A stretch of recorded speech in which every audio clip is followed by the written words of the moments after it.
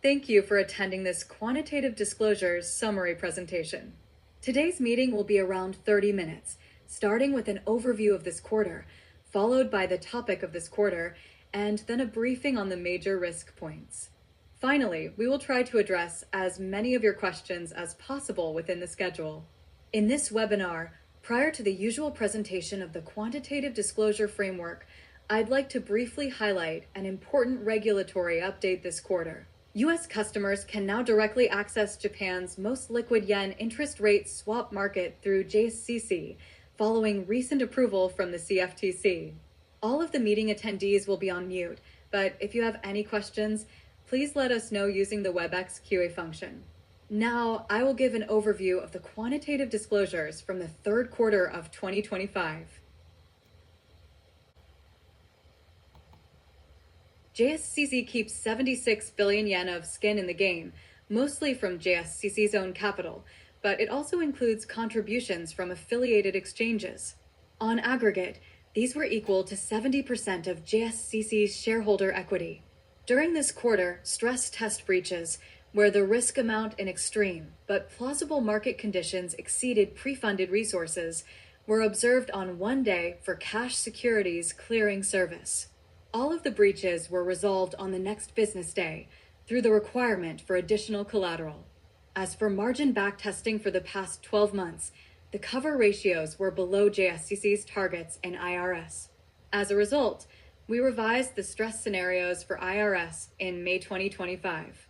JSCC's risk appetite is set at 99.5% for IRS and CDS and 99% for other products.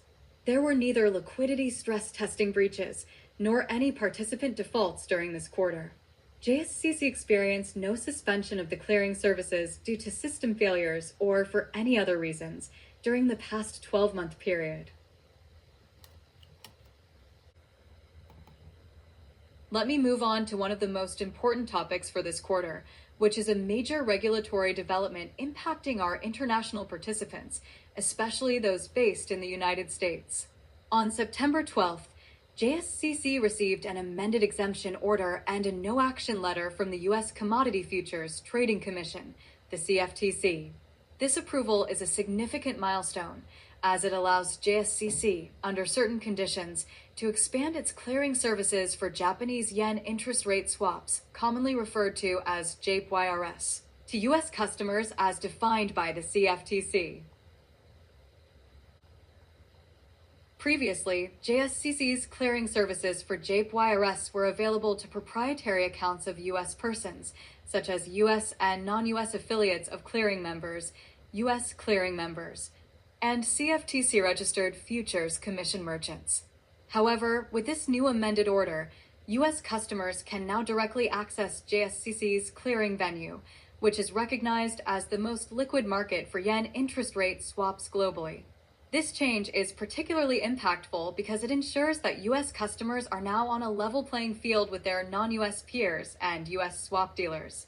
It opens up new opportunities for U.S. institutions to participate in the deep liquidity of the Japanese yen swap market, enhancing both market efficiency and global connectivity. We are pleased to share that, as a direct result of this regulatory progress, leading U.S. investment funds Millennium and Citadel have already joined JSCC through their U.S. entities in December. Their early onboarding demonstrates the strong interest from major U.S. market participants and underscores the attractiveness of JSCC's platform under the new framework. Additionally, the exemptive relief provided by the CFTC means that JSCC's clearing members who clear JPYRS for U.S. customers are no longer required to register as futures commission merchants or commodity trading advisors, subject to certain conditions. This streamlines the process for U.S. clients and their clearing partners, reducing regulatory hurdles and making it easier to access the market. In summary, this regulatory approval from the CFTC marks a major step forward in integrating the Japanese and U.S. derivatives markets. We believe this will foster greater participation, improve liquidity, and ultimately benefit all market participants. We're very excited about this development and look forward to welcoming more U.S. customers to JSCC's clearing platform in the coming months. Now, back to the PQD. This page is an introduction of JSCC's service structure. Our clearing services are divided into 14 categories according to the governing regulations and product features, with each maintaining its own default funds. Please note that in this presentation, some data is presented across multiple categories as the resources may be shared. Page 9 shows daily average notional value of trades cleared by asset class. Please note that the figures are calculated single-sided as we indicate in the explanatory notes of the PQD. Page 10 shows financial resources for a participant default called skin in the game, or SG, and contributions from relevant exchanges and PTSs. Most of the exchange contribution is from entities in the same corporate group as JSCC, namely TC, OSC, and TOCOM. And for stress testing, the sufficiency of the financial resources for each category was tested by prorating these shared resources according to the relevant default fund amount for each category. Page 11 shows the ratio of skin in the game to JSCC's capital. The left-hand graph shows the skin in the game to be used before the mutualized default fund, or DF, and the right-hand graph shows the skin in the game to be used before the default fund, plus alongside default fund, of non-defaulting participants on a pro rata basis. As described below, compensation by exchanges and PTS are included in skin in the game for EDP. Skin in the game before default fund on the left ranges from 17 to 79% of shareholder equity. So, JSCC contributes relatively large amounts of shareholder equity to skin in the game compared to other major CCPs, which shows our strong commitment to risk management. The ratios of skin in the game to default fund on the left range from 1 to 47% of default fund, while those on the right from 2 to 71%. Page 12 shows the required default fund, which covers any default-related losses that would be mutualized among non-defaulting participants. The graph on this page shows the ratio of skin in the game and contributions from exchanges to default fund for members. In this quarter, we observed a notable increase in the default fund for precious metals. This was mainly driven by the rise in gold prices and the expansion of positions held by top-risk participants. Additionally, the skin in the game /DF ratio for IRS increased this quarter due to both an increase in the skin in the game amount for IRS and a decrease in the default fund. On page 13, the data is listed for these graphs and the amount of potential assessment, or so-called cash call, is also provided. As stated in the footnote, the cash call for any ETD is capped at 3 times the default fund requirement, and for OTC products, it is capped at 1 time the default fund requirement. Page 15 shows the largest value and mean value of the SLOIM, which is the stress risk amount exceeding initial margin deposited, including add-ons. Please note that, due to the PFMI quantitative disclosure definitions, the default fund shown on page 12 is the value as at the end of the quarter, but the SLOIM on page 15 is the largest or mean value during the past 12-month period. JSCC's default assumption is cover 2, except for any listed commodity derivatives other than OC Petroleum, which is the largest one plus the 5 smallest firms in net assets. Among all clearing service categories, ETP index futures options had the largest SLOIM, with a peak value of 568 billion yen. Page 16 shows the number of days there was a shortfall in the stress testing of pre-funded resources and the largest shortfall. Breaches were observed on 1 day for cash securities. All were resolved on the next business day through the requirement for additional collateral. Page 17 shows the required and excess initial margin amounts. The dark blue is the house initial margin requirements and dark orange shows clients. Light blue is the excess margin for house accounts and light orange shows client accounts. The required amount of OSC-listed ETP IRS, and OTC-JHB were the largest at between 1.98 and 3.13 trillion yen. Looking at the breakdown between house and clients, OSC-listed ETP was driven mostly by clients. IRS was evenly split between house and clients, and OTC-JHB was mostly house. This trend has remained unchanged for quite a long time. Moreover, the client's excess margin held was quite large in OSC-listed ETP and IRS, which has also not changed significantly. The data used for the graph on this page is shown on the following 2 pages. Now page 20 shows the number of breaches in IM backtesting for the past 12-month period. On this page, you'll find data on breaches in our initial margin backtesting over the past year. As noted last quarter, breaches increased significantly in April due to U.S. tariff-related market fluctuations, which caused coverage ratios to fall below target levels across multiple services. In the current quarter, the same period remains within the 12-month range, and we continue to observe elevated breach numbers. For IRS in particular, our coverage ratios remain below target levels. The upper chart on page 21 shows the largest breaches in the past 12 months. This test only looked at the base IM requirement without add-ons.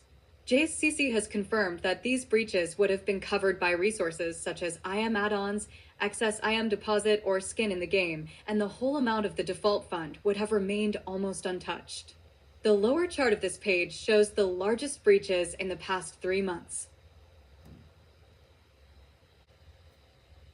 The upper chart on page 22 shows the quarterly largest value of variation margin, or VM, paid to JSCC, and the lower chart shows the largest value of IM called during each quarter. For OSC-listed ETP and OTC-JHB, the increase was due to U.S. tariff-related market fluctuations in April. Please note that, while VM needs to be deposited and settled in cash, IM may be deposited in cash as well as various securities and other instruments, giving our participants some flexibility for funding. Pages 23 and 24 show the composition of collateral used for IM deposit. On page 23, you can see that the majority of IM for ETP cash securities and for CFA-regulated ETP was cash, as shown in dark blue and dark orange, but some was in JHB and stocks, shown in gray and yellow. Cash collateral was held at either the central bank or at selected commercial banks. The secured cash deposited at commercial banks, in dark orange, was held in settlement accounts of commercial banks, which are fully covered by the Japanese Deposit Insurance Scheme, or through reverse repo transactions. For the OSC-listed ETP in the middle graph, there is a trend observed where, following the Bank of Japan's policy change, the proportion of cash deposits has decreased, and the proportion of non-cash, equities, and JHB deposits has increased in an interest-bearing environment. On the next page, you can see a shift from cash to JHBs and a preference for commercial bank deposits over central bank deposits after the changes in the Bank of Japan's monetary policy. Deposit of stocks are not allowed for these OTC categories. Please note that the entire amount of cash collateral for OTC-JHB was held in the central bank, and for CDS and IRS, the participants or customers may select their custodian for cash collateral, i.e., a Japanese trust account or the central bank account in the name of JSCC. The secured cash deposited at commercial banks in dark orange for CDS and IRS was held in such trust account, which is legally protected from the bankruptcy of JSCC as well as the participant.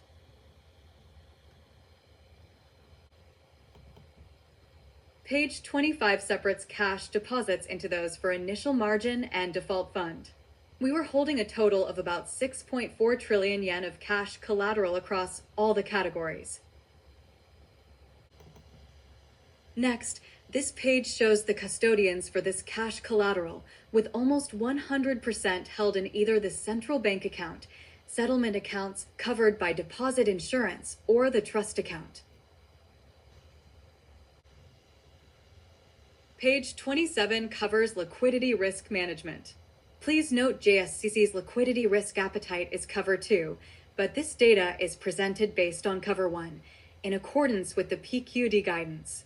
And while JSCC separately calculates and manages default funds by category, for liquidity risk, JSCC calculates and manages it across categories. However, for OAT-CHB, JSCC has established a separate liquidity framework using repo with clearing participants because the transactions under this category involve large amounts of principal settlement. In the chart, you can see that the liquid financial resources significantly exceed the required amount, and no breaches were reported in the liquidity stress testing. At the time of a participant default, at least the house portion of non-cash collateral could be liquidated and applied to the settlement with survivors. However, in this data, non-cash collateral is not deducted either from JSCC's payment obligation of the estimated payment or the actual payment. Because to be conservative, we consider that it could be difficult to swiftly liquidate such collateral on the date of default. So, we do not regard such collateral as available liquidity resources.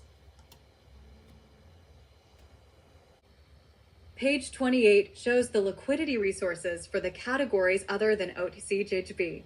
Cash is deposited at a central bank, shown on the first line, and secured cash deposited at commercial banks, on the third line, depending on JSCC's rules. For ETP, when the clearing fund requirement exceeds 1 billion yen, half of the excess must be deposited in yen cash by each clearing participant. Therefore, the level of cash varies depending on the default fund requirement. The unsecured cash on the fourth line shows JSCC's own funds available for use as liquid financial resources following a participant default. The unsecured committed lines of credit on the sixth line shows the committed liquidity available from JSCC's parent company and multiple commercial banks that have been designated as fund settlement banks and total to more than 1.5 trillion yen. Now we will move on to Q&A. If you have any questions, please let us know using Q&A function.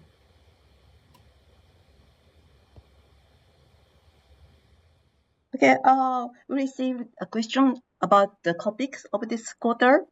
Well, the question is, you mentioned that JSCC is the most liquid market for yen interest rate swaps globally. What is JSCC's actual market share? Well, based on data from Klaus FT, JSCC achieved a monthly DBO1 of USD 1,481 million in 2025, was substantially exceeding its closest competitor, which posted USD 924 million. Well, this demonstrates JSCC's position as the primary risk absorber in the global JPY-IRS market. Furthermore, in tenors beyond 10 years, JSCC secured an 86% market share of DBO1 in 2025, underscoring its dominance in the long end of the curve. Thank you for your question. Well, the second question we received is also about the topic.